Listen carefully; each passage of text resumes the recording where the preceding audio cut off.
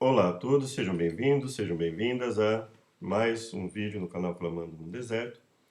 Nesse momento, nós vamos fazer um vídeo um pouco diferente, fazer uma leitura e alguns comentários a respeito do capítulo 40 da versão em PDF, no livro Grande Conflito, e vamos comentar alguma coisa com relação à questão da ressurreição especial, que é relatada, o que passou a ser chamado, né, na Igreja Adventista, como ressurreição especial, referente à ressurreição dos que traspassaram a Jesus. Na fala, nós vamos identificar aqui a fala de Ellen White, aqueles que traspassaram a Jesus, e os que foram, e aqueles que ouviram a mensagem do terceiro anjo. Convido para mais uma oração, que Deus nos abençoe. Obrigado, Pai, por mais uma chance de estudar a Tua Palavra, que possamos aprender um pouco mais. Esse será um estudo mais tranquilo, vamos por assim dizer, e que o Senhor possa nos ajudar para que possamos entender a Tua Palavra, nos perdoe por nossas falhas e pecados, nos ajude a compreensão de tudo aquilo que formos estudar. Nós imploramos em nome de Jesus, com perdão por nossas falhas e pecados. Amém, Pai. Bom, irmão, eu não separei nenhum pedaço, não marquei, não fiz nenhuma marcação, vai ser uma leitura direta, nós vamos comentando. E aí eu vou tentar aqui ter uma primeira impressão desse texto, apesar de já ter lido, mas já faz algum tempo, prestando um pouco atenção em algumas partes, mas não fiz nenhuma marcação. A intenção é ter uma conversa inicial sobre esse capítulo, e quem sabe no futuro a gente estudar de novo, né? O tempo às vezes nos atrapalha, falta de tempo, né? Mas que Deus esteja conosco.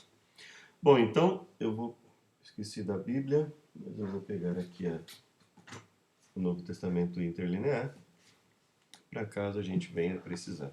Mas nós vamos fazer a leitura direta.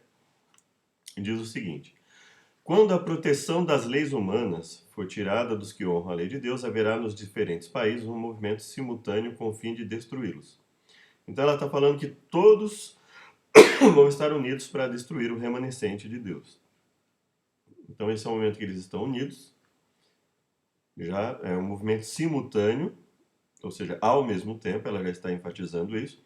E ela vai enfatizar de novo. Ela diz: aproximando-se o tempo indicado no decreto, o povo conspirará para desarraigar a odiada seita. Resolver-se-á dar, em uma noite, ou seja, em um momento, né, um golpe decisivo. Em uma única noite, um golpe decisivo que faça silenciar por completo a voz de disseminação e reprovação. Então, está aqui aparecendo. Ok. O povo de Deus, alguns nas celas das prisões, outros escondidos nos retiros solitários das florestas e montanhas, pleiteia ainda a proteção divina, enquanto por toda parte grupos de homens armados, instigados pelas hostes de anjos maus, se estão preparando para a obra de morte. É então, na hora de maior aperto, que o Deus de Israel intervirá para o livramento dos seus escolhidos. Então, todos já estão se preparando aqui para esse, que é chamado lá em cima de movimento simultâneo. Uma conspiração para o movimento simultâneo, para que uma única noite silencie por completo a voz do povo remanescente. É então, na hora de maior aperto, que o Deus de Israel intervirá para o livramento de seus escolhidos. Diz o Senhor: um cântico haverá entre vós, como na noite em que se celebra uma festa. Então, ele fala do livramento aqui, né? Isaías 30, 29 e 30, que ela White cita para comentar como complemento a esse comentário. E ela fala: com brados de triunfo, zombaria e imprecação, multidões de homens maus estão prestes a cair sobre a presa. Então veja, já está tudo preparado, já estão diante do remanescente para destruí-los. E aí diz: quando eis um denso negror, mais intenso do que as trevas da noite, cai sobre a terra. Então, uma escuridão muito forte cai sobre a terra. E ela fala, então, o arco-íris, resplandecendo com a glória do trono de Deus, atravessa os céus. O arco-íris atravessa os céus e parece cercar cada um dos grupos em oração. Então, é um sinal de Deus para os grupos que estão em oração. As multidões iradas subitamente se detêm. Então, veja que esse sinal já é suficiente para que as multidões dos ímpios que estão ali num movimento simultâneo para destruir o povo de Deus, eles se detêm, ali se contêm, silenciam seus gritos de zombaria. Então ali já muda a situação. Então eles já estão com medo, eles já não estão confiantes naquilo que estão fazendo. É esquecido o objeto de sua ira sanguinária. Com terríveis pressentimentos, contemplam o símbolo da aliança de Deus, anelando pôr-se ao amparo de seu fulgor insuperável. É ouvida pelo povo de Deus uma voz clara e melodiosa dizendo: olhai para cima. Levantando os olhos para o céu, contemplam o arco da promessa, as nuvens negras ameaçadoras que cobriam o firmamento se fendem, e como Estevão, olham fixamente para o céu, e veem a glória de Deus e o Filho do Homem sentado sobre o seu trono. Como ela coloca aqui, é ouvida a voz de Deus, né? Do povo de Deus. Voz clara e melodiosa. E ela fala disso que cita Estevão, como se o povo de Deus estivesse tendo uma visão, né? Ao mesmo tempo, todos tendo uma visão de Deus. Divisam em sua forma divina os sinais de sua humilhação, de seus lábios ouvem o pedido, apresentado ante seu Pai e os santos anjos. Aqueles que me deste, quero que onde estiver também estejam comigo. E aí, novamente se ouve uma voz melodiosa e triunfante dizendo: eles vêm, santos, inocentes e contaminados. Guardaram a palavra da minha paciência. Andarão entre os anjos. E os pálidos, trêmulos lábios dos que mantiveram firme a fé, proferem um brado de vitória. Então, aqui a impressão que se tem é que eles têm uma visão, e essa visão fortalece a todos eles, ao mesmo tempo. Ela fala que numa única noite isso aconteceria, o que dá a entender que nesse momento é noite, e mesmo assim ainda teria ficado mais escuro, teria aparecido o arco-íris. É à meia-noite que Deus manifesta o seu poder para o livramento do seu povo. O sol aparece resplandecendo em sua força. Mas se é meia-noite, será que é simbólico porque ela fala do sol resplandecendo? Ela diz aqui, olha, tudo na natureza parece desviado do seu curso. Então veja que nada mais já está no seu curso normal. Então, o sol aparecendo à noite poderia, né? Já veja que ela está dizendo que nada está no seu curso normal. Sinais e maravilhas se seguem em rápida sucessão. Então, veja que tudo está acontecendo muito rápido. Os eventos estão se sucedendo rapidamente. E veja que até esse momento, tudo que ela está citando aqui acontece antes dela citar a ressurreição. Os ímpios contemplam a cena com terror e espanto, enquanto os justos veem com solene alegria os sinais de seu livramento. Tudo na natureza parece desviado de seu curso. As correntes de água deixam de fluir, nuvens negras e pesadas sobem e chocam-se umas nas outras. Em meio dos céus agitados acha-se um espaço claro de glória indescritível, donde vem a voz de Deus, como som de muitas águas, dizendo: está feito. Então veja que tudo isso aqui, nós estamos no contexto das 7 últimas pragas. Especificamente, nós estamos falando agora de Apocalipse 16, 17, 16, 18, ela fala dessa ordem aqui. Então ela está citando o quê? Ela está citando a última praga, né? Nós lemos aqui, Apocalipse 16, diz o seguinte: então derramou o sétimo anjo a sua taça pelo ar, e saiu grande voz do santuário do lado do trono, dizendo: feito está, ou está feito. Sobreveram relâmpagos, vozes, trovões, ocorreu grande terremoto, como nunca houve igual, desde que há gente sobre a terra. Tal foi o terremoto, forte e grande. Então ela está citando aqui o contexto da última praga. Se ela estiver se referindo especificamente à última praga, que é o que dá a entender aqui do contexto, então nós estamos na última praga, já estamos nos últimos eventos do mundo. Então houve um grande terremoto e ela fala: o firmamento parece abrir-se e fechar-se.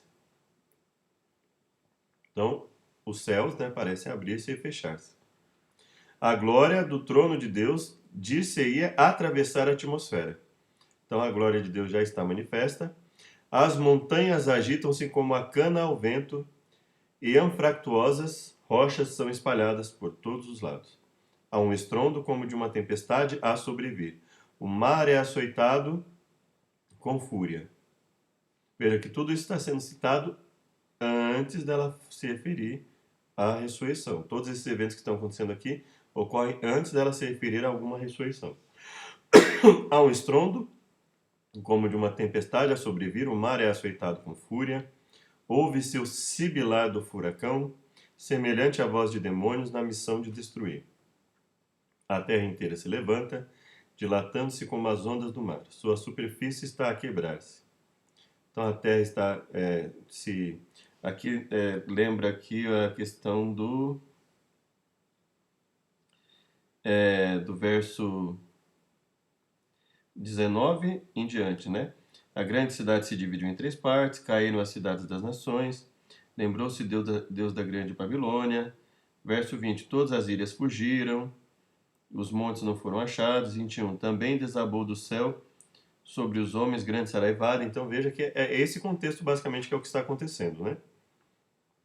Os portos marítimos que pela iniquidade se tornaram como Sodoma, são tragados pelas águas enfurecidas. A grande Babilônia vem em lembrança perante Deus para lhe dar o vinho,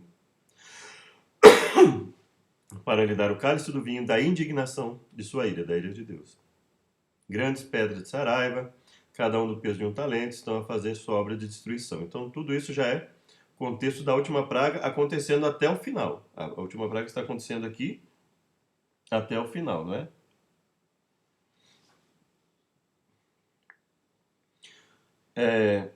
Ela já comentou aqui sobre o terremoto, né?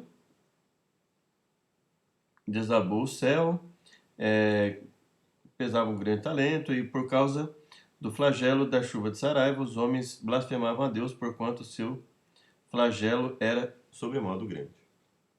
Suntuosos palácios em que os grandes homens do mundo dissiparam suas riquezas com a glorificação própria, desmoronam-se diante de seus olhos, as paredes das prisões fendem-se, e o povo de Deus, que estiver retido em cativeiro por causa de sua fé, é libertado.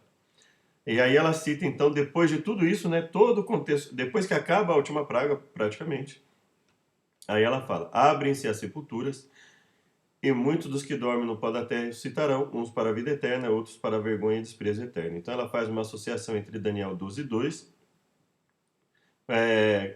de forma a justificar como se ela estivesse tentando dar um embasamento para o que ocorreu na visão, e ela pega Daniel 12:2, né? E muitos na interpretação adventista usam esse verso, diferenciando dos outros versos da Bíblia, dizendo que esse verso mostra que haverá uma ressurreição especial.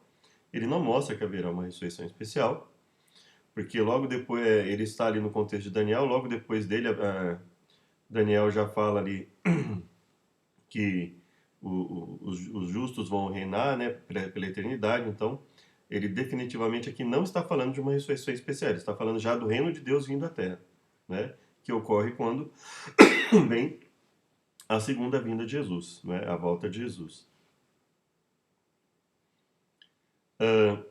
Mas aí ela fala que esse evento acontece, abre essas sepulturas, aí ela fala que todos que morreram na fé da mensagem do terceiro anjo saem do túmulo glorificados para ouvirem um concerto de paz. Então, ela fala que os que morreram na fé da mensagem do terceiro anjo saem do túmulo glorificado. Então ela justifica isso como né, na visão, dizendo que esses que saem seriam uma parcela dos justos, né? Mais uma parcela dos ímpios, que seriam os mesmos que o traspassaram a Jesus.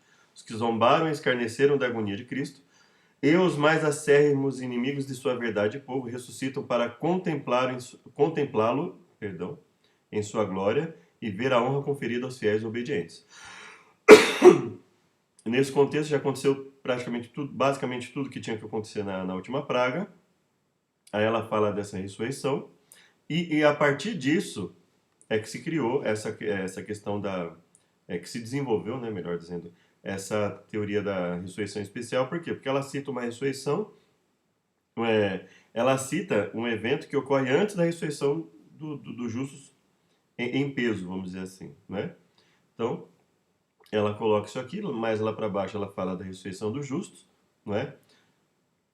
Então ela coloca uma ordem, né? Então, em termos de ordem, nós podemos chamar essa ressurreição de ressurreição especial, porque ocorre uma ordem de ressurreição. Ressuscitam alguns justos com alguns ímpios e depois ressuscitam todo o restante dos justos que estão mortos, né? Então ela coloca aqui, nesse momento, e aí vamos ver o que está acontecendo aqui. Densas nuvens ainda cobrem o céu. Contudo, o sol de quando em quando irrompe, aparecendo como olhar vingador de Jeová. Veja que a partir daqui, no momento que ela coloca abrem-se as sepulturas, tudo que é relatado na sétima praga já aconteceu, né? Tudo que tinha que acontecer, ela já relatou, ela mesma colocou os versos ali, né? Fala de densas nuvens ainda cobrem o céu, mas isso isso já se acaba, né? Então veja que tudo isso pode acontecer no mesmo dia. Isso nada impede que tudo isso ocorra no mesmo dia, tá? Muitas vezes a gente ouve alguma coisa, não sei se necessariamente especulação ou se é baseado em outras partes do que ela diz, mas se eu tomar como base o que ela está dizendo aqui, não tem por que acreditar que no momento que fala da abertura das sepulturas estejam se passando dias, tá? Tudo isso pode acontecer no mesmo dia. Tudo isso pode acontecer muito rápido, né? Densas nuvens ainda cobrem o céu, contudo o sol de quando em quando irrompe, aparecendo como olhar vingador de Jeová. Lembre-se que nesse momento já ela fala que as coisas já estão, os eventos já estão acontecendo de forma bagunçada, vamos por assim dizer, né? Relâmpagos terríveis estalam dos céus, envolvendo a terra num lençol de chamas. Por sob o estrondo medonho do trovão, vozes misteriosas e terríveis declaram a sorte dos ímpios. Veja, aqui não está ainda se falando sobre a declaração da vinda de Jesus, do dia e hora da vinda de Jesus. Veja que está declarando a sorte dos ímpios. Só isso, não está falando sobre a vinda. A declaração do dia e hora da vinda é declarado lá mais para baixo. Mais coisas ainda vão acontecer antes de se falar da vinda. As palavras proferidas não são compreendidas por todos. Entendem-nas, porém, distintamente os falsos ensinadores. Então, veja que dentre os que entendem essas palavras sobre a sorte dos ímpios, os falsos ensinadores falam que compreendem perfeitamente que isso se refere a que eles estão envolvidos, né, nessa fala terrível, né? Os que pouco antes eram tão descuidados, tão jactanciosos e desafiadores,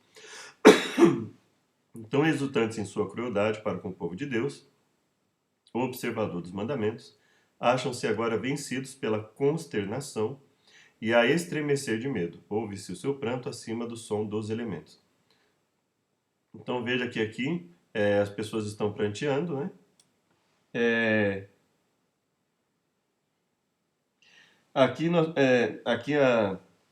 Na praga eles falam inclusive sobre blasfêmias, né? Na última praga. Aqui eles falam sobre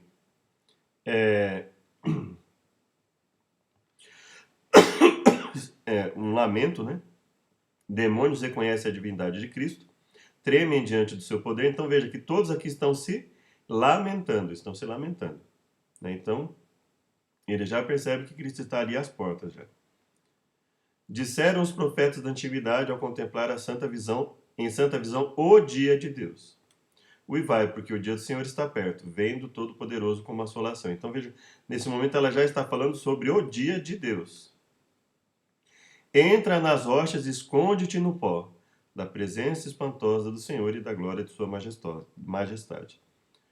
Os olhos altivos dos homens serão abatidos, então ela vai citando aqui os versos. Naquele dia o homem lançará as toupeiras e aos morcegos os seus ídolos de prata e ídolos de ouro, que fizeram para ante eles se prostrarem.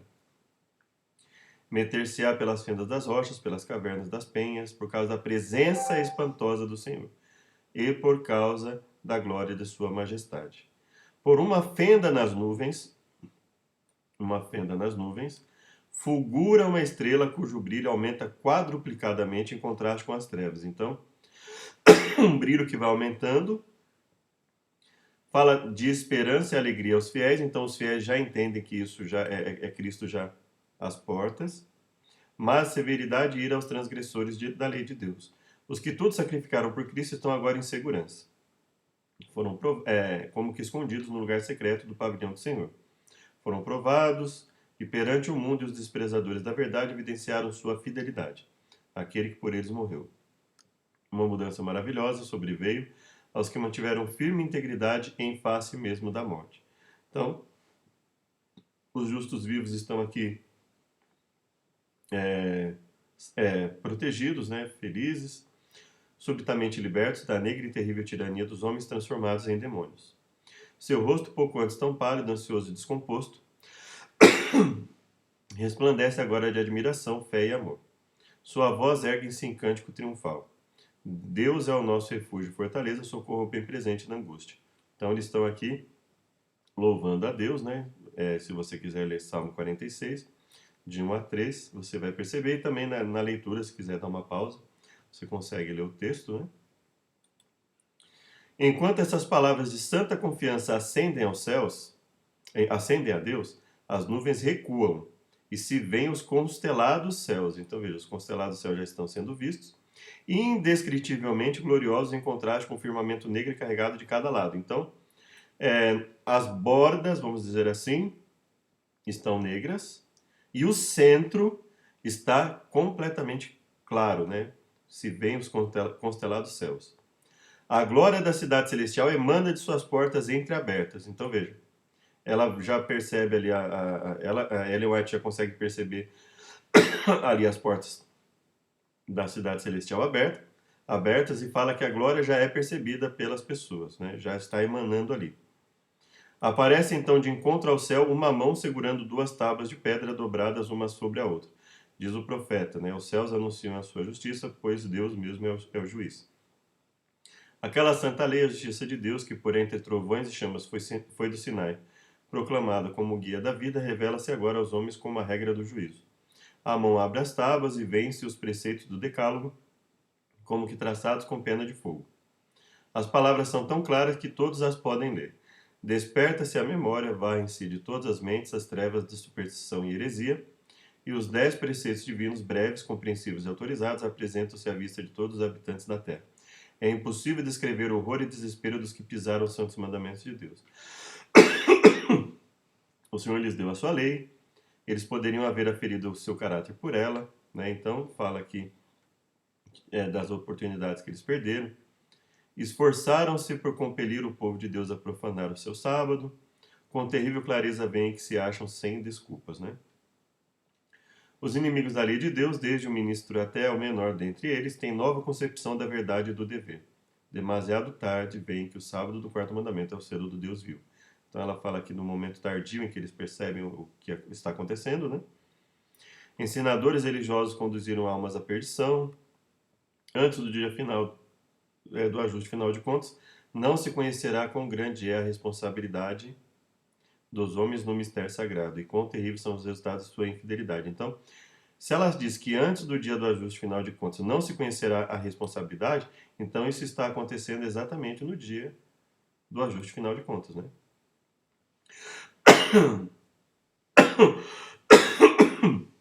Em relação a esses que estão vivos, não o último dia em que Deus vai executar a destruição. Mas eles estão vendo aqui o quê? Porque eles vão ser destruídos depois disso, né? E depois só vão ressuscitar depois do milênio. Então veja que eles já percebem que estão no ajuste de contas aqui. Somente na eternidade poderemos com acerto avaliar a perda de uma única alma. Terrível será a condenação daquele a quem Deus disser: retira-te, mau servo. A voz de Deus, agora sim, veja, depois de tudo isso que já aconteceu, A voz de Deus é ouvida no céu, declarando o dia e a hora da vinda de Jesus e estabelecendo o concerto eterno com seu povo. Bom, isso seria um aviso do dia que viria? Não necessariamente. Isso pode ser simplesmente Deus declarando que aquele momento é o dia e a hora da vinda de Jesus. Veja que ele não precisa declarar algo que vai ocorrer no futuro. Dentro do contexto que tudo isso que nós já vimos já ocorreu, essa declaração seria uma declaração meramente formal. Seria uma declaração, vamos dizer assim, um... poderia simplesmente significar o quê? Ele declarando que exatamente aquele dia em que ele está declarando é o dia da volta de Jesus. Veja que ele não há necessidade alguma de se declarar um dia por vir. Mas essa data simplesmente ele poderia simplesmente ter declarado que o exato dia em que isso estava ocorrendo. Porque tudo já ocorreu, tudo que tinha que acontecer já aconteceu. Não é? Então veja que não tem mais o que ocorrer aqui, basicamente, no momento em que essa voz é ouvida. Aquela voz anterior lá que foi falada, ela falou sobre a impiedade das pessoas, né? O que aconteceria com elas. Diferente do que está acontecendo aqui. Veja, tudo que tinha que acontecer lá já aconteceu. Nesse momento em que se declara a voz, veja o que está acontecendo. O Israel de Deus fica a ouvir com um olhar fixo no alto. As pessoas estão olhando para cima. Tem o semblante iluminado, os ímpios não conseguem olhar para eles. E aí fala o quê? Surge logo. Veja que nós estamos falando de eventos que perfeitamente podem ter ocorrido no mesmo dia, até porque já não tem mais nada para acontecer aqui. Veja que a voz de Deus é ouvida, declarando o dia e a hora que poderia simplesmente estar se referindo a quê? Aquele dia em que já estava acontecendo aquilo. Então Deus declara o dia e a hora que é exatamente o hoje, né? Que é exatamente quando ele fala, hoje é o dia, Deus sempre enfatizou.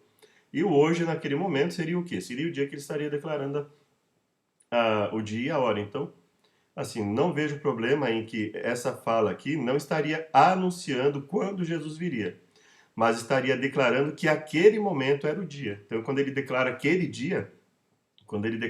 dia e aquela hora, eles já percebem que é naquele momento que Jesus já está voltando, né? Ou seja, Jesus já está vindo agora, né? Nesse dia, nessa hora, Jesus já está chegando. Quando se pronuncia a bênção sobre os que honraram a Deus, santificando o seu sábado, há uma grande aclamação de vitória. Então as pessoas já estão, os ímpios já estão se lamentando, os salvos já estão glorificando a Deus. Surge logo no Oriente uma pequena nuvem negra, aproximadamente da metade do tamanho da mão de um homem. É a nuvem que rodeia o Salvador. É a nuvem que rodeia o Salvador. Então, ou seja, é a nuvem que está ali, Jesus já está para aparecer naquele momento. E que à distância parece estar envolto em trevas. Parece estar envolto em trevas. O povo de Deus sabe ser esse o sinal do Filho do Homem. Então ali já é o sinal do Filho do Homem vindo sobre as nuvens. O próprio Jesus diz, né? Verão o sinal do Filho do Homem vindo sobre as nuvens com poder e grande glória. Então eles já sabem que aquilo é Jesus vindo. Em solene silêncio, fitam-na enquanto se aproxima da terra. Então veja, não se passa um momento longo entre ela aparecer ali, aparentando estar em trevas, e Jesus começar já a se aproximar da terra. Ou seja, é no mesmo momento, é no mesmo dia.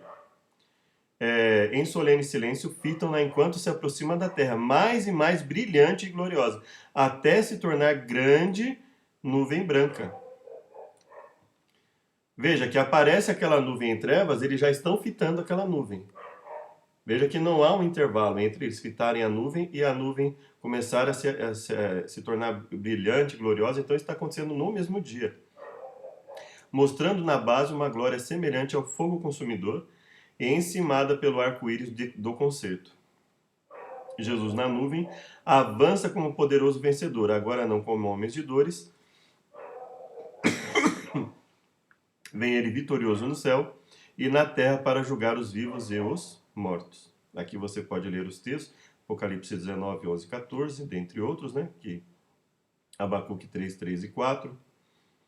Com antífonas de melodia celestial, santos anjos em vasta e inumerável multidão acompanham-no em seu avanço. Veja que ela não cita nenhum evento sequer entre a aparição da nuvem e Jesus aparecendo em glória, viu? E pelo contrário, ela fala que o povo de Deus está fitando, enquanto está olhando para o céu enquanto tudo isso está acontecendo, ou seja, tudo isso acontece exatamente no mesmo dia. Nenhuma pena humana pode descrever essa cena, mente alguma mortal é apta para conceber seu esplendor. Aproximando-se ainda mais a nuvem viva, todos os olhos contemplam o príncipe da vida. Nenhuma coroa de espinho agora desfigura a sagrada cabeça. Aí ele cita Apocalipse 19:16.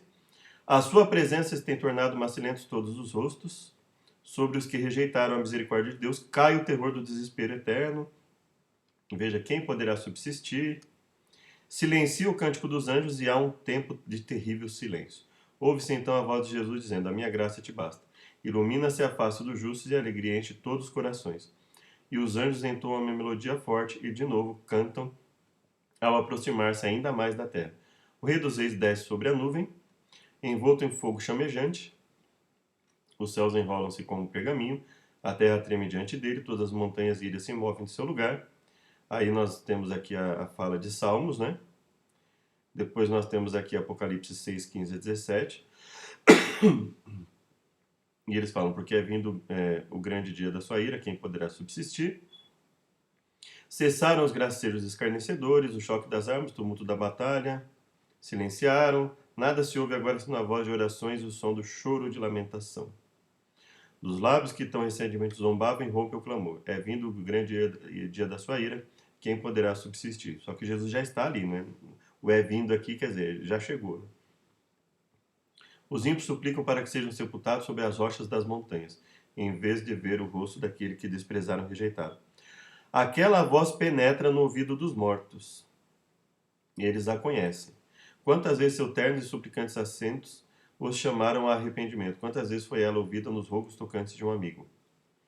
Para os que rejeitaram sua graça, nenhuma outra voz poderia ser tão cheia de censura, tão carregada de denúncias, como aquela que durante tanto tempo assim pleiteou: convertei-vos dos vossos maus caminhos. Por que razão morrereis? Quem dera para eles fosse a voz de um estranho. Diz Jesus: clamei e vós recusastes. Aquela voz desperta memórias. Então veja que ao mesmo tempo que ela fala que os mortos ali, os ímpios mortos já haviam ressuscitado, ela fala: a voz penetra no ouvido dos mortos. E logo ela cita o quê? Ela cita os ímpios, né? Ela cita os ímpios novamente. Essa voz chega até os mortos e ela cita novamente os ímpios. Quem vão ser os ímpios que vão ressuscitar nesse momento? Que estarão ouvindo essa voz nesse momento? Só para ouvir e diferenciar quem estiver ressuscitando, que seria o quê? Os que traspassaram a Jesus, né? Então veja que não tem por que considerar que, apesar da ordem da ressurreição ser primeiro aqueles que ela fala de uma ressurreição especial aqui, né? Daqueles que teriam ouvido a voz do terceiro anjo, fala daqueles que traspassaram, mas veja que não tem nada aqui indicando que entre essa ressurreição e a ressurreição que vai acontecer agora, a volta de Jesus e a ressurreição do justo que logo vai aparecer, que se passe, que seja em dias distintos. Pelo contrário, quando ela começa a citar a ressurreição, já aconteceu tudo o que tinha que acontecer na sétima praga, e depois disso ela não cita mais nada que indique dias, uma quantidade de dias, ou, pelo contrário, uma série de coisas que ali pode acontecer em horas, né? No intervalo de horas ali, ou seja, no mesmo dia. Ou seja, aquele aviso, aquela declaração sobre a data, dia e a hora da volta de Jesus, não seria um anúncio de algo que estaria por vir em um dia posterior, mas uma mera declaração confirmando que aquele momento seria o dia e a hora que Jesus já está às portas, já está voltando. Aquela voz desperta memórias que eles desejariam ardentemente se desvanecessem. Ali estão os que zombaram de Cristo, a sua humilhação. Então veja que ela está falando aqui dos que morreram, né? Estão ali já, que foram ressuscitados, que escarneceram de Jesus, traspassaram, né? E ela fala que eles estão vivos para ouvir tudo aquilo, agora o contemplam em sua glória e ainda o devem ver assentado à direita do poder. Os que escarneceram de sua declaração de ser ele o Filho de Deus estão agora mudos. Ali está o altivo Herodes, que zombou do seu título real. Então veja que ela está falando aqui sobre os que escarneceram dele, os que o traspassaram ali, que participaram da sua crucificação. Os homens que bateram e cuspiram no príncipe da vida, né? E aí ela fala sobre os ímpios aqui, com terrível precisão, sacerdotes e príncipes recordam-se dos acontecimentos do Calvário, vividamente relembram a parábola dos lavradores. Aí fala, e agora erguem seu clamor da agonia mortal mais alto do que o grito, crucificam, crucificam, que repercutiu pelas ruas de Jerusalém, reboa o pranto terrível, desesperado. Ele é o Filho de Deus, ele é o verdadeiro Messias. Procuram fugir da presença do Rei dos Reis. Na vida de todos que rejeitam a verdade, há momentos em que a consciência desperta.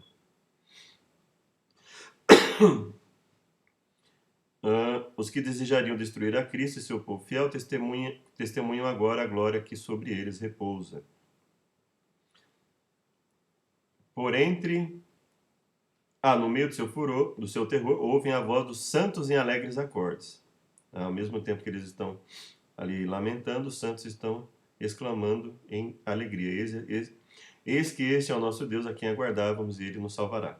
Por entre as vacilações da terra, clarão do relâmpago e o ribombo do trovão, a voz do Filho de Deus chama os santos que dormem. E aí eles ressuscitam, né? Ele olha para a sepultura dos justos, levantando as mãos para o céu, brada: despertai, despertai, despertai, vós que dormis do pós e ressurgir. Por todo o comprimento e largura da terra, os mortos ouvirão aquela voz, e os que ouvirem viverão. Obviamente ele está falando aqui sobre os justos, né? E a terra inteira ressoará com o passar do exército extraordinariamente grande de toda a nação. Do cárcere da morte vêm eles, revestidos de glória imortal. Eles quem? Os salvos, né? Então, veja aqui, os vivos justos e os santos ressuscitados unem as vozes em prolongada e jubilosa aclamação da vitória. Todos saem do túmulo com a mesma estatura que tinham quando ali entraram. Então, a partir daqui, ela vai falar o que ali já temos aqui a ressurreição do justo. Então, a partir daqui, nós temos o restante da fala do grande conflito, né? Como vai se suceder o restabelecimento da saúde de todos, né? Os últimos traços da maldição do pecado serão removidos, os justos vivos são transformados, criancinhas são levadas pelos santos anjos aos braços de suas mães, de cada lado do carro de nuvens existem asas.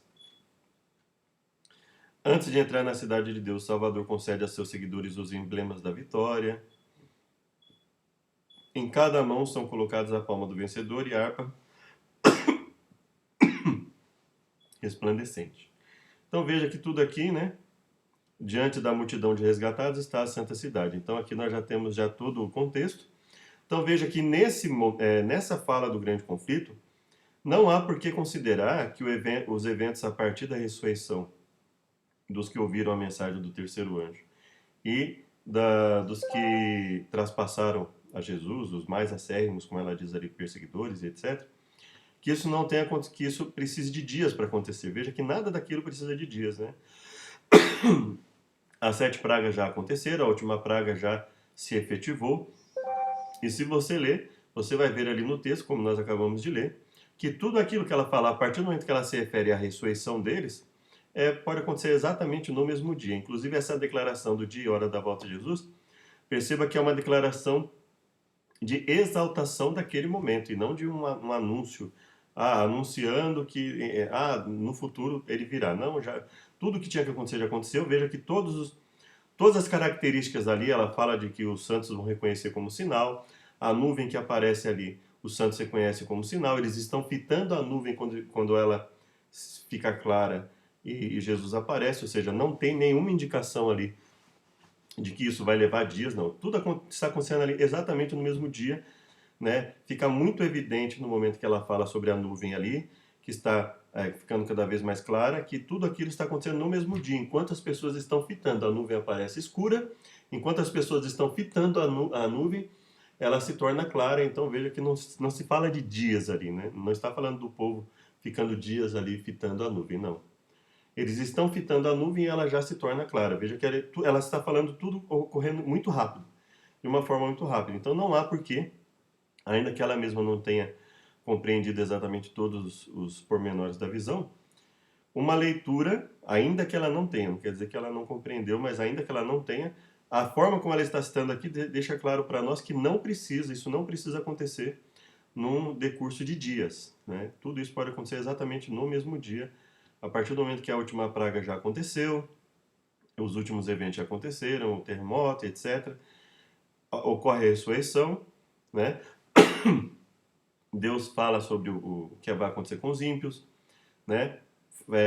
Aí fala da declaração ali do dia e hora da volta, mas veja que nada ali indica um período de dias como intervalo entre essa fala e a efetivação de Jesus aparecer no céu. Veja que o sinal da volta dele já está há muito tempo aparecendo, a glória da Cidade Santa já está aparecendo, com as portas abertas, a glória já é perceptível. Então veja que Jesus já está ali às portas, né? E naquele momento não há por que considerar que Jesus que já seja exatamente esse o dia em que os eventos ocorrem. Eu espero que tenha sido útil esse vídeo, né? É um vídeo, apesar de introdutório no assunto, mas é um vídeo que eu acredito que já é possível perceber muito bem. Não vou entrar em maiores detalhes a respeito da questão bíblica, né, dessa teoria, né, da ressurreição especial, mas basicamente o que ela está fazendo aqui no máximo, é declarando que alguns justos, junto com os que traspassaram a Jesus, eles ressuscitam um pouco antes de todos os outros justos, né? Eles ressuscitam um pouco antes. Mas nada indica que isso vai ter um intervalo de dias. Isso perfeitamente, se você ler o relato, tudo isso pode acontecer exatamente no mesmo dia, dado o fato da ordem que nós lemos claramente o texto, né? Nós podemos, né, ali perceber, nós percebemos ali exatamente o momento em que tudo isso ocorre, né? Que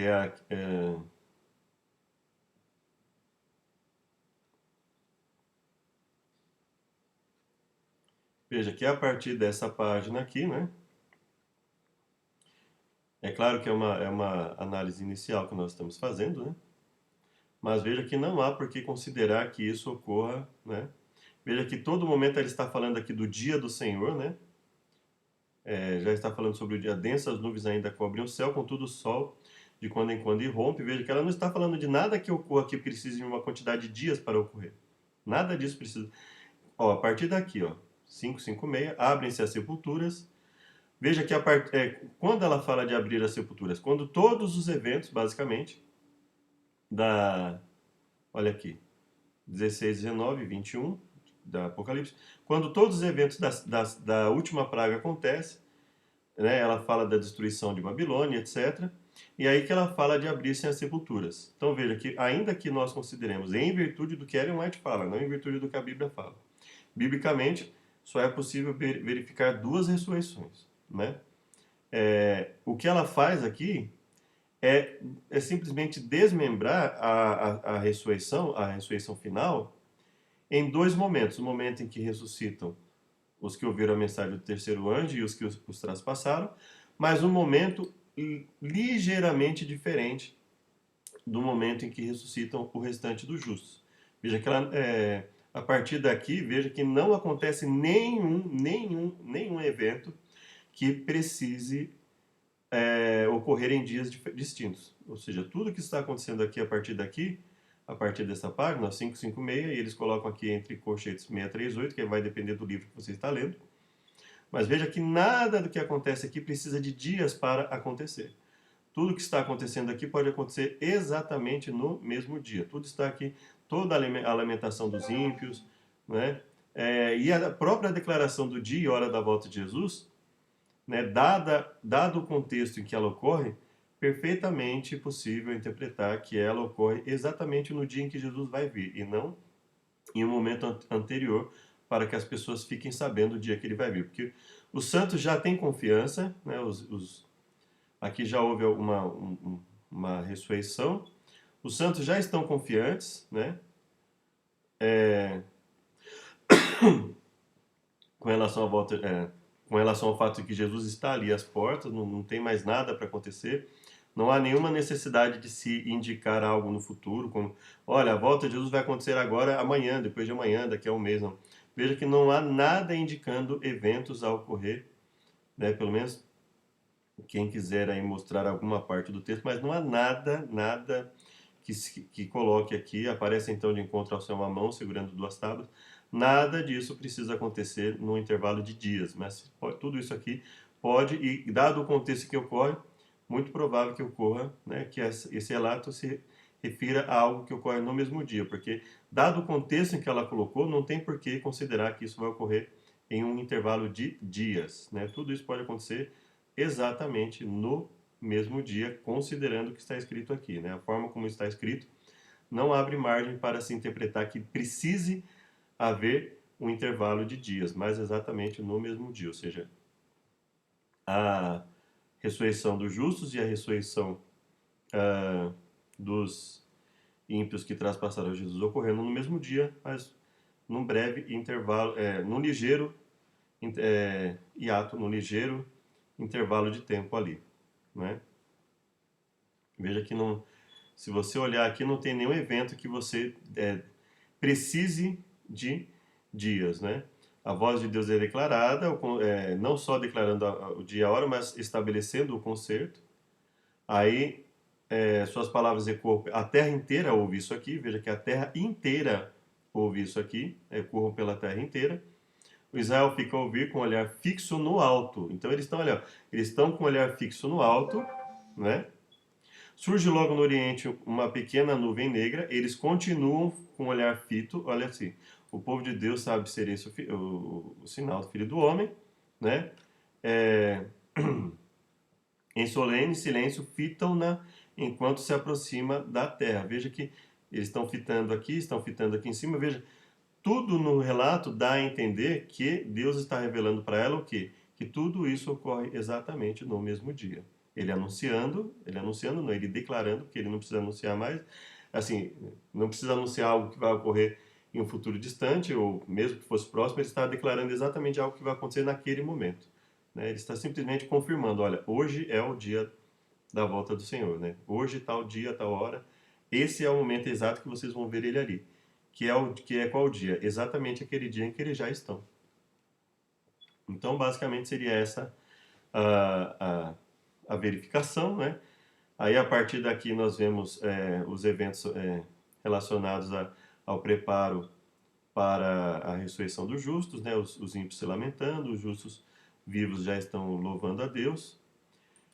Espero que tenha sido útil, que Deus abençoe, que nós possamos aprender cada vez mais juntos, sempre. Te convido para mais uma oração final. Senhor, muito obrigado pelo aprendizado da Tua palavra, continue nos inspirando, nos auxiliando, para que possamos aprender e aprender sempre, Pai. Temos sempre disposição em aprender, pois existe muito a ser entendido. Muito obrigado por tudo, nós agradecemos em nome de Jesus. Amém. Muito obrigado a você que tem assistido, que Deus abençoe a cada um de nós. Esse foi um comentário diferenciado, não fiz nenhum preparo diferenciado, apenas procurei aqui ler e comentar tendo em mente esse contato com o texto sem nenhuma edição. Que Deus nos abençoe, que nos fortaleça e posteriormente, quem sabe, aí a gente faça mais um outro vídeo a respeito, mas eu tenho outros projetos aqui em relação a outros estudos, então esse aqui ficaria para depois, né? Mas que Deus nos abençoe, não porque ele não seja importante, mas porque eu já tenho outros aqui assuntos que já estão, né, que eu já estou preparando para não fugir aqui do que já está preparado, né, das outras séries. Mas que Deus nos abençoe a todos, seja muito bem-vindo, muito bem-vinda. Um bom dia, boa tarde, boa noite, que Deus os abençoe.